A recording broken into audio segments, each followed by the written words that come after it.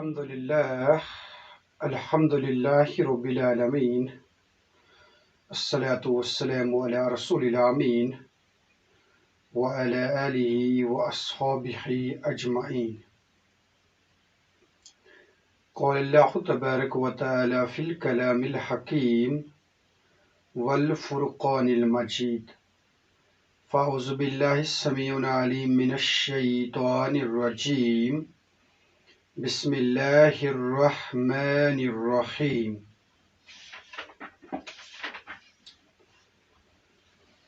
واذکر فی الکتاب ابراہیم انہ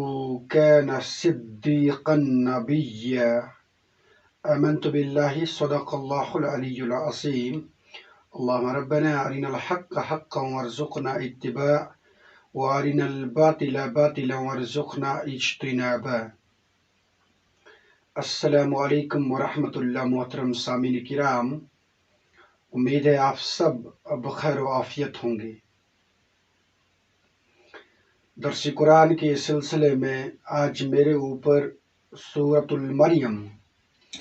اور رکوع نمبر آپ کی مائک آف ہو گئی ہے جان صاحب، آپ کی مائک آن ہے۔ درس قرآن کے سلسلے میں آج میرے اوپر سورہ مریم رکوع نمبر 3 کے حوالے سے ذمہ داری عائد کر دی گئی ہے۔ اللہ تبارک و تعالیٰ سے دعا ہے کہ حق بات بولنے کی توفیق عطا فرمائے۔ سورۃ المریم مکی صورت ہے، بلکہ مکی دور کے آخری پڑاؤ پر یہ نازل ہو چکی ہے، اور اس میں براہ راست گفتگو کی گئی ہے یہودیوں کے ساتھ، نصارہ کے ساتھ، مشرکین مکہ کے ساتھ، اور ان تمام لوگوں کو سمجھایا جا رہا ہے کہ تمہارا اصل دین کیا ہونا چاہیے۔ اس کے ساتھ ساتھ یہ لوگ جو اعتراضات اور جو سوالات پیش کر رہے تھے، اس کا تاریخی پس منظر میں یہاں پر جواب دیا جا رہا ہے۔ اس سے پہلے ہم نے دیکھ لیا کہ اللہ تبارک و تعالی حضرت یحییٰ اور حضرت زکریا علیہ السلام کا تذکرہ فرما رہے ہیں۔ اس کے بعد حضرت عیسیٰ اور حضرت مریم علیہ السلام کا تذکرہ فرما رہے ہیں، اور ان شخصیات کے متعلق جو بدگمانیاں اور بدعقیدگیاں یہود یا نصارہ اپنے اندر اختیار کیے ہوئے تھے، ان کا قلع کما کرنے کی بھرپور کوشش کی جا رہی ہے، بلکہ ان کے متعلق جو اصل حقائق ہیں انہیں یہاں پر بیان کر دیا جاتا ہے۔ اب اسی سلسلے کو آگے بڑھاتے ہوئے حضرت ابراہیم علیہ السلام اور آپ علیہ السلام کی ذریت میں سے جو نبی اور جو رسول اٹھے، ان کا تذکرہ کیا جا رہا ہے۔ مقصد از بس یہی ہے کہ مشرکین مکہ اپنے آپ کو حضرت ابراہیم علیہ السلام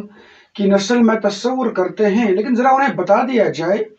کہ حضرت ابراہیم علیہ السلام اصل میں کس دین کے خواستگار تھے، وہ کون سی چیز پروموٹ کر رہے تھے۔ بلکہ یہاں پر ایک خاص مقصد یہ بھی ہے حضرت ابراہیم علیہ السلام کے تذکرہ کرنے کا، کہ حضرت ابراہیم علیہ السلام کی جو زندگی ہے یہ جہاد سے عبارت ہے، پوری طرح عبارت ہے، اور اس کے بعد حق بات تک پہنچنے کے لیے جو جد و جہد حضرت ابراہیم علیہ السلام نے کی، وہ شاید ہی آج تک کسی نے کی۔ تو کیا تم پر لازم نہیں بنتا ہے کہ اگر تم لوگ ایک سائیڈ سے اپنے آپ کو حضرت ابراہیم علیہ السلام کی ذریت میں سے تصور کرتے ہیں، وہیں دوسری طرف آپ کی یہ روش کہ آپ غیر اللہ کی عبادت کرتے ہو، اور یہ جو نبی آپ کے سامنے دعوت حق پیش کر رہا ہے اس کی تکذیب کر رہے ہو۔ اس لیے آیت نمبر 41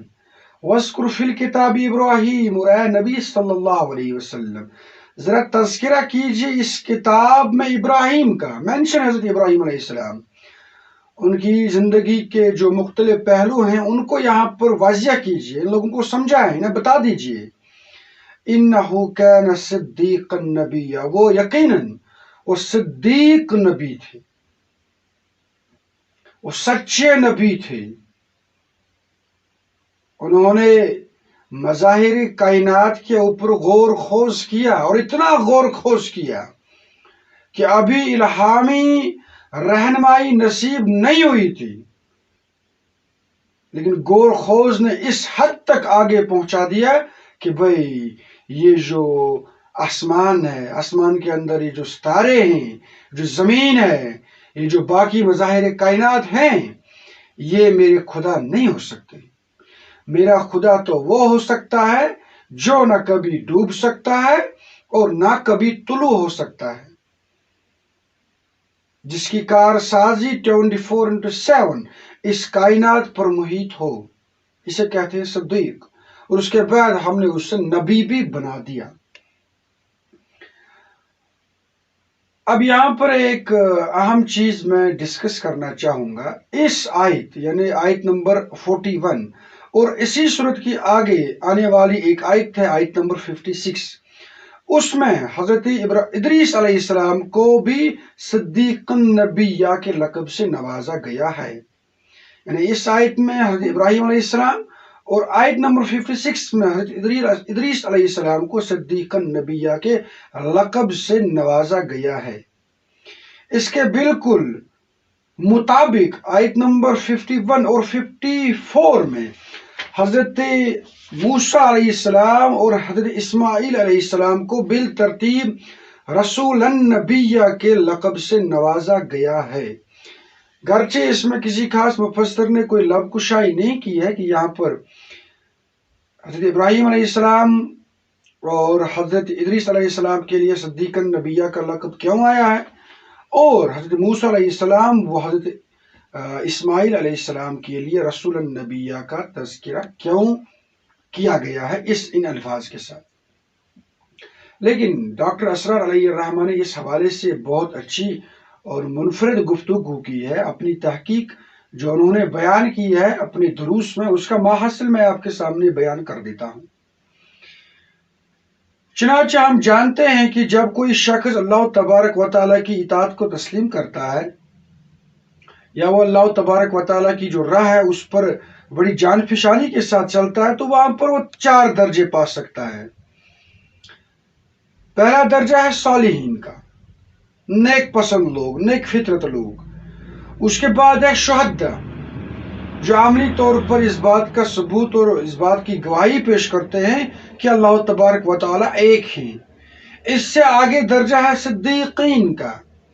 جو دل کی گہرائیوں میں بھی اس بات کا اعتراف کر لیتے ہیں، جن کا ایمان بہت حد تک مضبوط ہوتا ہے، اس حد تک مضبوط ہوتا ہے کہ ہم مثال پیش کر سکتے ہیں حضرت صدیق اکبر رضی اللہ تعالیٰ عنہ کا، جن کے بارے میں رسول نازنین صلی اللہ علیہ وسلم نے فرمایا کہ میں نے جن صاحبان کے سامنے دعوت پیش کی، انہوں نے تھوڑا بہت توقف کیا، انہوں نے تھوڑا بہت سوچ وچار کر لیا، لیکن حضرت ابو بکر صدیق رضی اللہ تعالیٰ عنہ واحد شخص ہیں جنہوں نے ذرا سا بھی توقف نہیں کیا۔ اور ہم دیکھتے ہیں کہ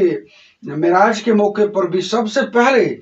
جس بندے نے تصدیق کی وہ صدیق اکبر رضی اللہ تعالیٰ عنہ تھے، یعنی ان کی قلب کی گہرائیوں میں یہ بات سرایت کر دی جاتی ہے کہ بھائی حق بات یہی ہے۔ اس سے آگے کا درجہ پھر ہم جانتے ہیں انبیاء علیہ السلام کا، چنانچہ انبیاء علیہ السلام کے درجے تک کوئی انسان خود سے نہیں پہنچ سکتا ہے، لیکن اس کے بعد کے جو 3 مراحل ہیں، 3 پائیدان ہیں، ان میں کوئی بھی انسان شریک ہو سکتا ہے۔ اب دیکھ لیجیے آپ، صدیق لوگ جو ہوتے ہیں، ڈاکٹر اسرار صاحب کہتے ہیں وہ انٹروورٹس ہوتے ہیں۔ انٹروورٹس کا مطلب ہے کہ وہ دروں بھی ہوتے ہیں، وہ تھوڑا بہت گوشہ نشین ہو جاتے ہیں، وہ تنہائی پسند ہوتے ہیں، وہ غور و فکر زیادہ کر لیتے ہیں، اور غور و فکر کی اتھاہ گہرائیوں میں جانے کے بعد وہ جس حقیقت کو پا لیتے ہیں پھر اس حقیقت کو قطعی طور پر نہیں چھوڑ لیتے ہیں، پھر اس جیسی حقیقت جتنی بھی سامنے آ جاتی ہے اس کا بلا چون و چرا استقبال کرتے ہیں، اس کو ایکسپٹ کرتے ہیں، انہیں کہتے ہیں صدیق۔ اور یہاں پر جو حضرت ابراہیم علیہ السلام اور حضرت ادریس علیہ السلام کے لیے صدیق کا لقب استعمال کیا گیا، نبی تو وہ تھے ہی، اس کے ساتھ وہ صدیق تھے، یعنی کہ انہوں نے جب اس بات پر غور و فکر کر لیا، انہوں نے جب مظاہر کائنات کے اوپر تحقیق کی، سوچ وچار کر لیا، اور آخر میں وہ جس نتیجے پر پہنچے اس نتیجے کو بڑی زبردست جو قلب کی گہرائیاں ہیں ان کے ساتھ تھام لیا۔ پھر ہم دیکھ لیتے ہیں کہ اس حقیقت کو چھوڑنے کے مقابلے میں ان صاحبان نے کون کون سی مشقتیں اور آزمائشیں اٹھائیں۔ اسی کو ہم کہتے ہیں صدیق، one who acknowledges and accepts the truth and it is infinite way, in its extreme way۔ اچھا، اسی طریقے سے اس کے بالمقابل ایک دوسرے قسم کے لوگ ہوتے ہیں جنہیں ہم کہتے ہیں ایکسٹروورٹس، جنہیں گوشہ نشین ہونے میں مزہ نہیں آتا ہے، جو لوگوں کو پسند کرتے ہیں، باتیں کرنا پسند کرتے ہیں، مجلس پسند ہوتے ہیں، تنہائی کو پسند نہیں کرتے ہیں، ہر وقت سیر سپاٹے پر جانے کی تیاری میں ہوتے ہیں، ٹھیک ہے؟ تو انہیں کہتے ہیں ایکسٹروورٹس، بیروں بھی جنہیں اردو ہم کہتے ہیں۔ عمومی طور پر یہ لوگ بہت حد تک سوشلائزڈ ہوتے ہیں، they love to talk to people, they want to talk to people۔ یہ گھر کے اندر نہیں رہنا چاہتے ہیں، یہ باہر کی دنیا میں کھیلنا اور کودنا چاہتے ہیں، مظاہر کائنات کو دیکھنا چاہتے ہیں، بالفعل انہیں ٹچ کرنا چاہتے ہیں، اور اس کے بعد یہ جس حقیقت پر پہنچتے ہیں، اگرچہ وہ صدیقین کے مقابلے میں زیادہ اچھی نہیں ہوتی ہے، زیادہ گہری نہیں ہوتی ہے، لیکن جس حقیقت کو یہ لوگ ایکسپٹ کرتے ہیں اس کو دل کی وسعتوں کے ساتھ ایکسپٹ کرتے ہیں، اس کو ایموشنز کے ساتھ ایکسپٹ کرتے ہیں، اور اس حد تک آگے بڑھ جاتے ہیں کہ بعض دفعہ صالحین کو بھی پیچھے چھوڑاتے ہیں۔ سمپل سی مثال حضرت حمزہ اور حضرت عمر فاروق رضی اللہ تعالی عنہما، ان کے بارے میں ہم جانتے ہیں کہ حقیقت تک پہنچنے کے لیے بہت وقت لگ گیا ان کو،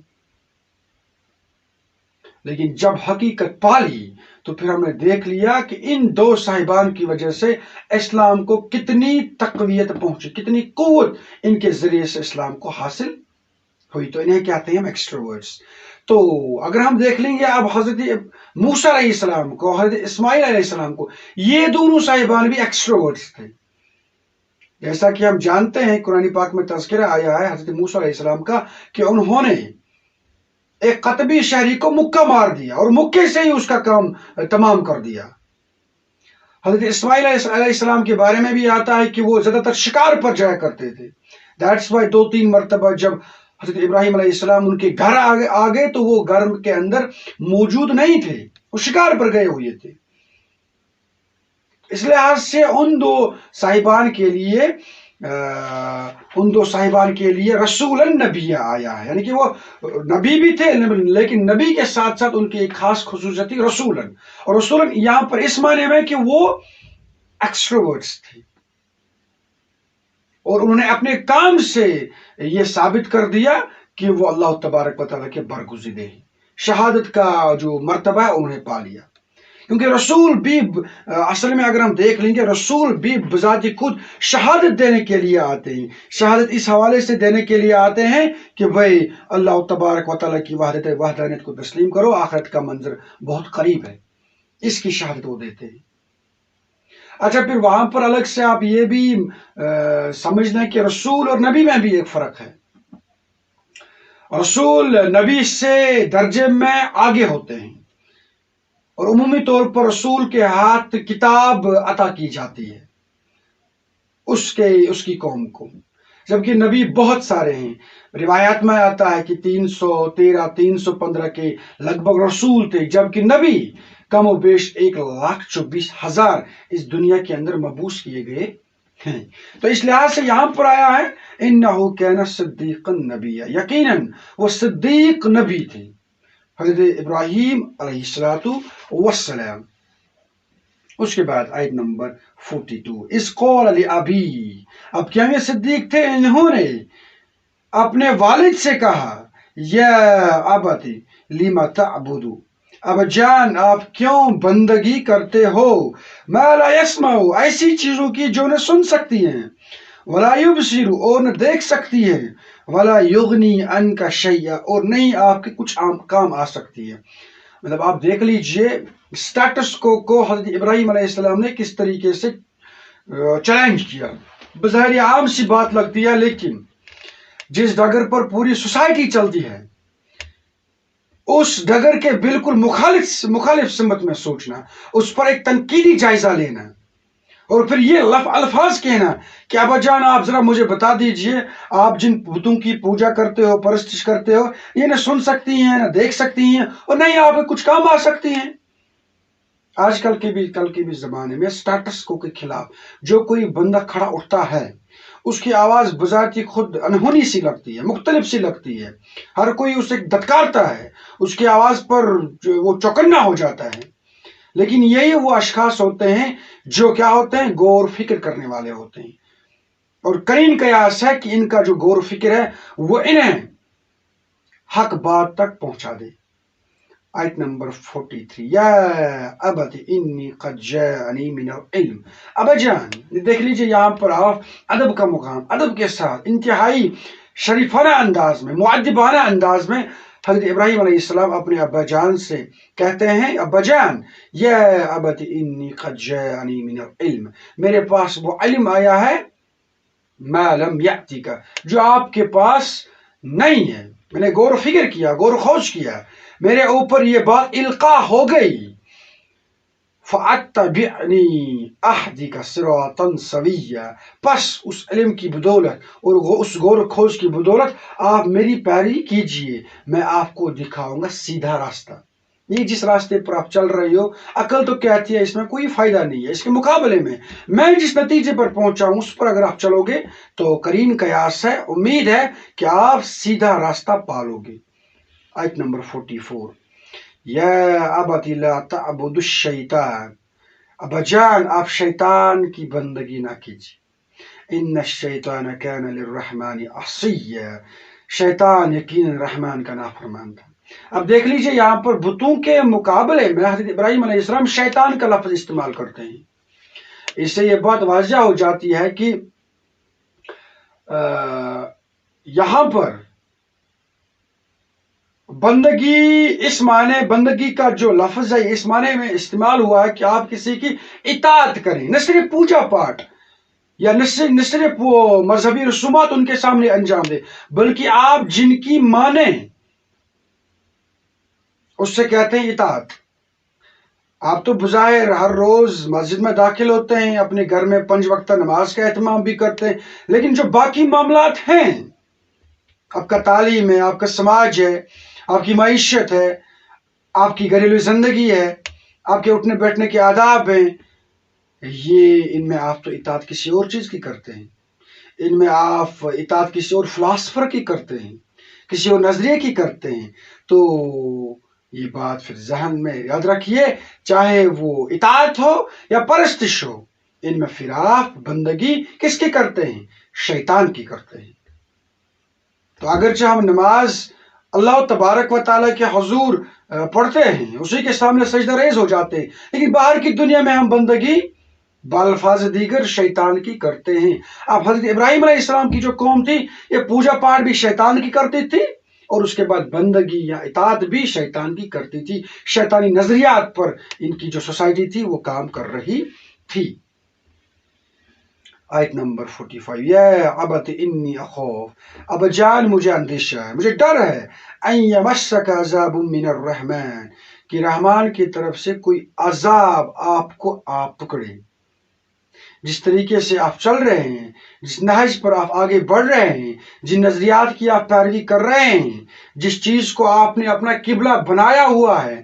جن نظریات اور افکار کو آپ اپنے سماج میں پروموٹ کر رہے ہو،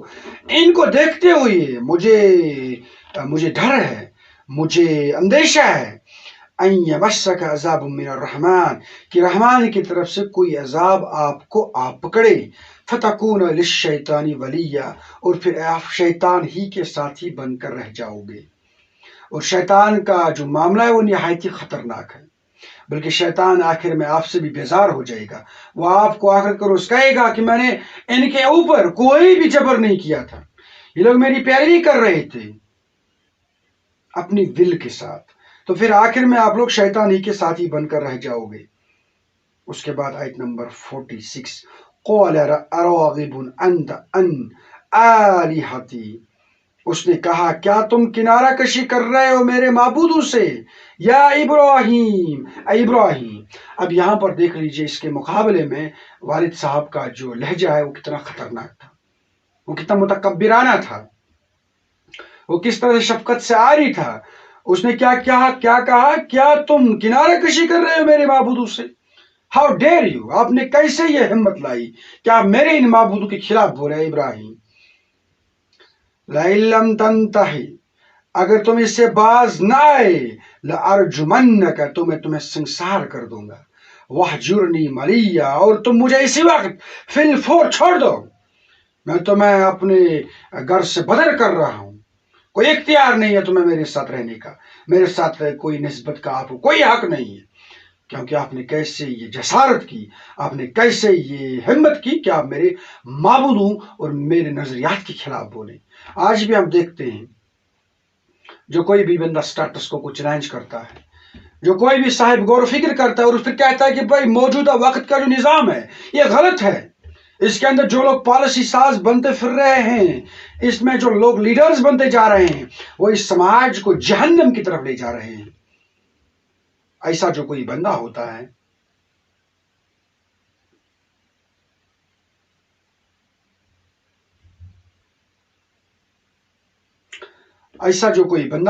تو اس کے خلاف بہت حد تک پورا کا پورا سماج کھڑا اٹھتا ہے، اور کئی مشینری ان کے خلاف لگ جاتی ہے اور انہیں بتا دیا جاتا ہے کہ ہاؤ ڈیئر یو، کیسے آپ نے ہمت لائی، اسے پابند سلاسل کر دیا جاتا ہے، اس کے اوپر قدغنیں عائد کر دی جاتی ہیں۔ تو بالکل آپ سمجھ لیجئے کہ حضرت ابراہیم علیہ السلام کے اوپر بھی اسی طریقے سے قدغنیں عائد کر دی گئی۔ میری آواز آپ تک آ رہی ہے؟ پلیز آواز، ہاں جی، شکریہ۔ اس کے بعد آیت نمبر 48، قال السلام علیک، ابراہیم علیہ السلام نے کہا آپ پر سلام ہو، آپ پر سلام ہو، سأستغفر لک ربی، میں اپنے رب سے آپ کے لیے استغفار کرتا رہوں گا، I will still wish the best for you، انہ کان بی حفیہ، وہ مجھ پر بڑا مہربان ہے۔ اس کے مقابلے میں حضرت ابراہیم علیہ السلام کا وطیرہ عمل کیسا تھا؟ یہ اپنے والد صاحب سے کہتے ہیں کہ میں تمہارے لیے بہت اچھی خواہشات رکھتا ہوں، میں اللہ سے دعا گو ہوں کہ آپ کے اوپر سلامتی برسائے، آپ اس وقت جس حق کی تکذیب کر رہے ہو اس حق کے آپ ماننے والے بن جائیں، اور اس کے ساتھ ساتھ میں آپ کے لیے استغفار بھی کرتا ہوں، اللہ سے دعا گو ہوں کہ آپ کے ذریعے سے جو گناہ آگے بڑھ رہے ہیں ان کا کلا کما کرے، اور آپ کو بھی ہدایت دے دے، آپ کی جو گناہ ہیں انہیں بخش دے، وہ مجھ پر بڑا مہربان ہے۔ یہ انیشل سٹیج میں وہ انٹریکشن تھی جو ابراہیم علیہ السلام نے اپنی قوم یا اپنے والد صاحب سے کی، اور اس موقع پر ابھی بالکل واضح نہیں ہوا تھا حضرت ابراہیم علیہ السلام کے باپ کی جو خباثت تھی، ان کی جو کٹ حجتی تھی، ان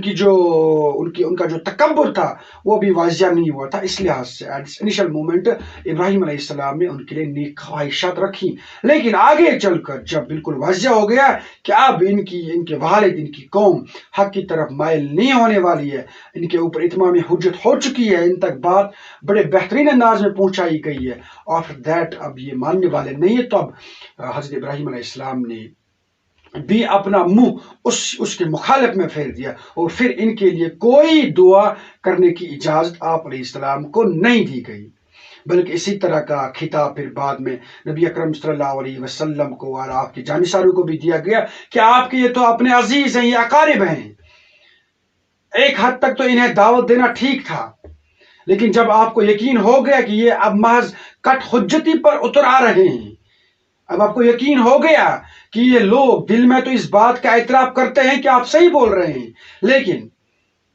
مختلف وجوہات کی بنا پر یہ لوگ حق بات کا اقرار نہیں کرتے، تو اب انہیں کیا کہو؟ قالوا سلاما وَإِذَا خَاطَبَهُمُ الْجَاهِلُونَ قَالُوا سَلَامًا. تو اب آپ کو جب کہیں بھی ان لوگوں سے واسطہ پڑے تو انہیں کیا کہیں؟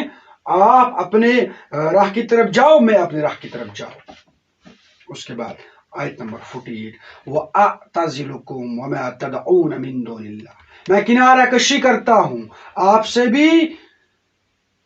وَمَا تَدْعُونَ مِن دُونِ اللَّهِ، اور ان تمام معبودوں سے بھی جنہیں آپ لوگ اللہ کے سوا پوجتے ہو. یہ کہتے ہیں جو حنیف ہے، حنیف کا لقب جو حضرت ابراہیم علیہ السلام کے لیے استعمال کیا گیا ہے قرآن پاک کے اندر، یہ حنیفیت کی ایک خاص مثال ہے. ڈنکے کی چوٹ پر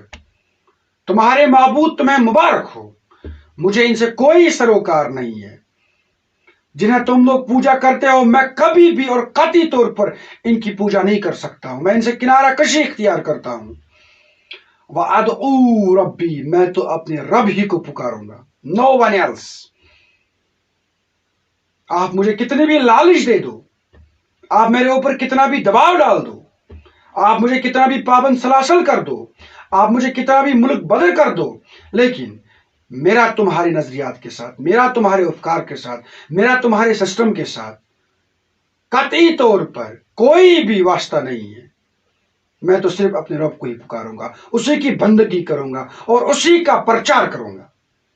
اور اس راہ میں مجھے کتنے بھی مزاحم کا سامنا کرنا پڑے، میں ان کا باضابطہ طور پر دل کی اتھا گہرائیوں اور خوشیوں کے ساتھ ان کا سامنا کروں گا. ایسا مجھے یقین ہے اللہ اکون بدعاء ربی شقیہ، کہ میں اپنے رب کو پکار کر نامراد نہیں رہوں گا. یہ ہے کنوکشن، یہ ہے زبردست آپ کہہ سکتے ہیں انشیکن کنوکشن، غیر متزلزل یقین. ایسا یقین اللہ تبارک و تعالیٰ کی ذات پر جس سے کوئی انسان، جس سے کوئی طاقت، کوئی مشنری ہلا نہیں سکتا ہے. اور یہ یقین جب پیدا ہو جائے مسلمان کے اندر، خدا کی قسم دنیا کی کوئی بھی طاقت اس سے ہرا نہیں سکتی. لیکن افسوس اس وقت ہم دیکھ رہے ہیں مسلمان تو باضابطہ طور پر اس کا بالہانہ اعتراف کرتے ہیں، ہم مسلمان ہیں، ہمارا یقین ہے اللہ تبارک و تعالیٰ پر، لیکن آئے روز ایسے کئی سارے واقعات رونما ہوتے ہیں، ہمارا یہ جو یقین ہے اس میں زلزلہ آ جاتا ہے، ہمارا یقین ڈانوا ڈول ہو جاتا ہے. جس طریقے سے ایک کشتی ایک طوفان میں بڑے سمندر میں ڈانوا ڈول ہو جاتی ہے، ادھر کی ادھر، ادھر کی ادھر ہو جاتی ہے، چاہ رہی ہوتی ہے کہیں سے ان کو کنارہ نصیب ہو جائے. ہماری پوزیشن بھی اس وقت وہی ہے. کاش ہمارے پاس یہ حضرت ابراہیم علیہ السلام والا غیر متزلزل یقین ہو، پھر دیکھتے کس کی ہمت ہو رہی ہوتی، کس کی مجال ہوتی کہ وہ ہمارے راستے میں آئے اور پھر اس طرح کی جسارت کرے کہ ہمارے خلاف بولے، ہمارے شاعر کے خلاف بولے، ہمارے افکار کے خلاف بولے، بلکہ کہہ سکتے ہیں کہ علمی خیانت کرے. جن چیزوں پر بالکل پردہ واجگاف انداز میں اٹھا دیا گیا ہے، جن کے بارے میں کوئی قیل اور قال نہیں ہے، محض اپنی خواصت کو ظاہر کرنے کے لیے، محض مسلمانوں کو تیز دلوانے کے لیے، محض مسلمانوں کو یہ بتانے کے لیے کہ تمہاری کوئی حیثیت نہیں ہے، ہم جب چاہیں تمہارے افکار تو دور کی بات تمہیں مسل کر رکھ دیں گے، کسی کی مجال نہیں ہوتی. یہی صورتحال ہے کہ ہمارا جو یقین ہے، ہمارا جو ایمان ہے، وہ اللہ تبارک و تعالیٰ پر ویسا نہیں ہے جیسا ہونا چاہیے. آئی ایم سوری ٹو سے but that is the reality. کہنے کو تو ہم بہت بڑے مسلمان ہیں، نہیں، کہنے کو تو ہم بہت بڑے عاشق نبی ہیں صلی اللہ علیہ وسلم، جان دینے کے لیے تیار ہیں، کسی بھی حد تک جا سکتے ہیں، لیکن علمی سطح پر،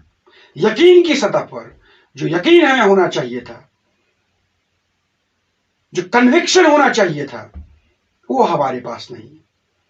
عین موقع پر ہم لوگ مکر جاتے ہیں. ہمارا بڑا سا ہم کہہ سکتے ہیں کہ ہماری سوسائٹی کے اندر جو سب سے بڑا صاحب ہے وہ بھی پھر مکر جاتا ہے. اسے بھی جب رشوت دی جاتی ہے رشوت کے سامنے وہ بالکل ماند پڑ جاتا ہے. کاش اللہ تبارک و تعالی ہمیں یہ ابراہیم والا یقین ہمارے اندر پیدا کرے، اور اس کے لیے کوشش بھی کرنی ہوتی ہے. ابراہیم علیہ آپ دیکھ لیجئے تمام انبیاء کرام انہوں نے بذات خود کوشش کی. ہم اپنے آقا کی طرف دیکھیں گے نبی محترم صلی اللہ علیہ وسلم، کہ آپ صلی اللہ علیہ وسلم نے ایک وقتی کثیر خلوت میں نہیں گزارا، اس کے لیے تپسیا نہیں کی، اس کے لیے محنت اور کوشش نہیں کی، غور و فکر نہیں کیا. اور پھر آپ دیکھ لیجئے کس طریقے سے قسم کے ستم اٹھائے، ظلم برداشت کیا. تو یہ چال ہمیں اپنے اندر پیدا کرنی ہے. یہ چال اگر پیدا ہو جائے پھر کوئی غم نہیں ہے، کوئی پرواہ نہیں ہے. پھر ہم یہی کہیں گے وَأَعْتَزِلُكُمْ وَمَا تَدْعُونَ مِن دُونِ اللَّهِ وَأَدْعُو رَبِّي، میں کنارہ کشی اختیار کرتا ہوں آپ سے بھی اور تمام معبودوں سے، ان تمام نظریات سے، ان تمام افکار سے، ان تمام نظام زندگیوں سے جنہیں آپ لوگ اللہ کے سوا پوچھتے ہو، جنہیں آپ لوگ اللہ کی مرضی کے مخالف میں اختیار کیے ہوئے ہو. میں تو اپنے رب ہی کو پکاروں گا، اسی کی پوجا کروں گا. عسیٰ اللہ اکون بدعاء ربی شقیہ، مجھے یقین ہے کہ میں اپنے رب کو پکار کر نامراد نہیں رہوں گا. مجھے اتنا کنیکشن ہوتا ہے اللہ تبارک و تعالیٰ کے ساتھ، مجھے اتنا قرب ہوتا ہے اللہ تبارک و تعالیٰ کے ساتھ کہ جب بھی میں اسے پکاروں گا وہ میری مدد کو آپ پہنچیں گے. ہم سب لوگ اپنے ایمان کا محاسبہ کریں گے اور دیکھ لیں گے کہ کیا میرا قرب میرے اللہ تبارک و تعالیٰ سے اتنا ہے کہ ایک حدیث میں فرما دیا گیا ہے کہ ہاتھ پھر آپ کے ہوتے ہیں، کام اللہ کا ہوتا ہے. پاؤں تو آپ کے ہوتے ہیں، چلنا اللہ کا ہوتا ہے. آنکھیں تو آپ کی ہوتی ہیں لیکن دیکھنا اللہ کا ہوتا ہے. منہ تو آپ کا ہوتا ہے لیکن اس کے اندر سے جو الفاظ نکلتے ہیں یہ اللہ کے ہوتے ہیں. پھر کس کی مجال ہوتی کہ ہمارے خلاف آ جاتا، ہماری مخالفت کرتا. آیت نمبر 49. فَلَمَّا احْتَزَلَهُمْ، جب ابراہیم علیہ السلام نے ان سے کنارہ کشی اختیار کر لی، اعتزال کیا، دور چلے گئے، ڈنکے کی چوٹ پر نے بتا دیا I don't want to live with you. وَمَا يَعْبُدُونَ مِن دُونِ اللَّهِ، اور ان سے بھی جن کی وہ اللہ کے سوا عبادت کرتے تھے. وَهَبْنَا لَهُ إِسْحَاقَ وَيَعْقُوبَ، تو ہم نے اس کے بعد ان کو عطا کیا اسحاق جیسا بیٹا اور یعقوب جیسا پوتا. وَكُلًّا جَعَلْنَا نَبِيًّا، اور ہم نے ہر ایک کو نبی بنایا. اب یہاں پر انعام کے طور پر کیا کہا جا رہا ہے کہ آپ کا جو مشن ہے یہ یہیں پر ہم ختم نہیں ہونے دیں گے. ابراہیم علیہ السلام، آپ نے جس پامردی کا ثبوت دے دیا، آپ نے جس جان فشانی کا ثبوت پیش کر دیا، اس کی بدولت ہم آپ کا جو مشن ہے یہ آگے بڑھاتے رہیں گے، اور آپ کی ذریت میں سے بھی آپ جیسے اصحاب اٹھائیں گے، آپ جیسے نبی اٹھائیں گے، آپ جیسے رسول اٹھائیں گے جو ہماری دعوت کو آگے پہنچائیں گے. ایک انسان کے لیے آخر میں سب سے بڑی جو ہم کہہ سکتے ہیں تمانیت کا ذریعہ کیا ہوتا ہے؟ جب وہ دیکھتا ہے کہ اس کی ذریت پھل رہی ہے، پھول رہی ہے، اور اب اگر وہ ذریت اسی کے نقش قدم پر پھل رہی ہے، پھول رہی ہے، تو اس کے لیے کتنا آپ کہہ سکتے ہیں تمانیت کا سامان ہوگا، کس طریقے کا اطمینان اس سے نصیب ہوگا. اور جب اس سے موت آ جائے گی اس کی موت کتنی آسان ہوگی، کتنی شفیق موت ہوگی، مزیدار موت ہوگی. تو یہی اللہ تبارک و تعالیٰ انعام کے طور پر کیا کہتے ہیں کہ یہ جو آپ نے ابراہیم ہمارا راستہ اختیار کیا اس طریقے سے، اس کی بدولت ہم آپ کی ذریت کو بھی آپ جیسا ہی بنا دیں گے. آیت نمبر 50. وَوَهَبْنَا لَهُم مِّن رَحْمَتِنَا، اور ہم نے ان سب کو اپنی خصوصی رحمت سے نوازا. وَوَهَبْنَا لَهُم مِّن رَحْمَتِنَا وَجَعَلْنَا لَهُمْ لِسَانَ صِدْقٍ عَلِيًّا، اور ان کو اعلیٰ درجے کی سچی شہرت عطا فرمائی. آج بھی ہم یاد کرتے ہیں، دعا کرتے ہیں، بلکہ درود ابراہیم میں ہم بذات خود پڑھتے ہیں اللہم صلی علی محمد وآل محمد واصحاب محمد وبارک وسلم علیہ، اللہم صلی علی محمد وعلی آل محمد کما صلیت علی ابراہیم وعلی آل ابراہیم انک حمید مجید، اللہم بارک علی محمد وعلی آل محمد کما بارکت علی ابراہیم وعلی آل ابراہیم انک حمید مجید۔ ہر ایک نماز میں ہم یہ درودی پاک پڑھتے ہیں، ہر ایک نماز میں، اس کے بغیر ہم اپنی نماز کو ادھوری سمجھتے ہیں۔ یہ ہے وہ رتبہ، یہ ہے وہ شہرت جو کسے عطا کی گئی ہے؟ حضرت ابراہیم علیہ السلام کو اور آپ علیہ السلام کی آل کو۔ اس کا آپ کہہ سکتے ہیں اس کی بنیادی وجہ بس یہی تھی کہ حضرت ابراہیم علیہ السلام نے اللہ تبارک و تعالیٰ کو یکتا مانا تھا، اسی کو اپنا محبوب مانا تھا، اور اس کے مقابلے میں جتنے لوگ، جتنے نظریات، جتنے بت تھے، ان کا باضابطہ طور پر ڈنکے کی چوٹ پر انکار کر دیا۔ اللہ تبارک و تعالیٰ سے دعا ہے کہ اسی طرح کا ایمان ہمیں نصیب فرمائے۔ اس وقت مسلمانوں کو ضرورت ہے اسی قسم کے ایمان کی۔ اللہ تبارک و تعالیٰ زیادہ بولنے سے اور زیادہ سننے سے زیادہ عمل کرنے کی توفیق عطا فرمائے۔ اس طرح سے اس رکوع کا اختتام ہو گیا۔ بولنے میں اگر کوئی غلطی ہوئی ہوگی اللہ تبارک و تعالیٰ اس سے معاف کر دے، سننے میں اگر کوئی لغزش ہوئی ہوگی تو اللہ تبارک و تعالیٰ اسے ہمارے دلوں سے محو کر دے۔ ربنا تقبل منا انک انت السمیع العلیم وآخر دعوانا ان الحمد للہ رب العالمین۔ السلام علیکم ورحمۃ اللہ۔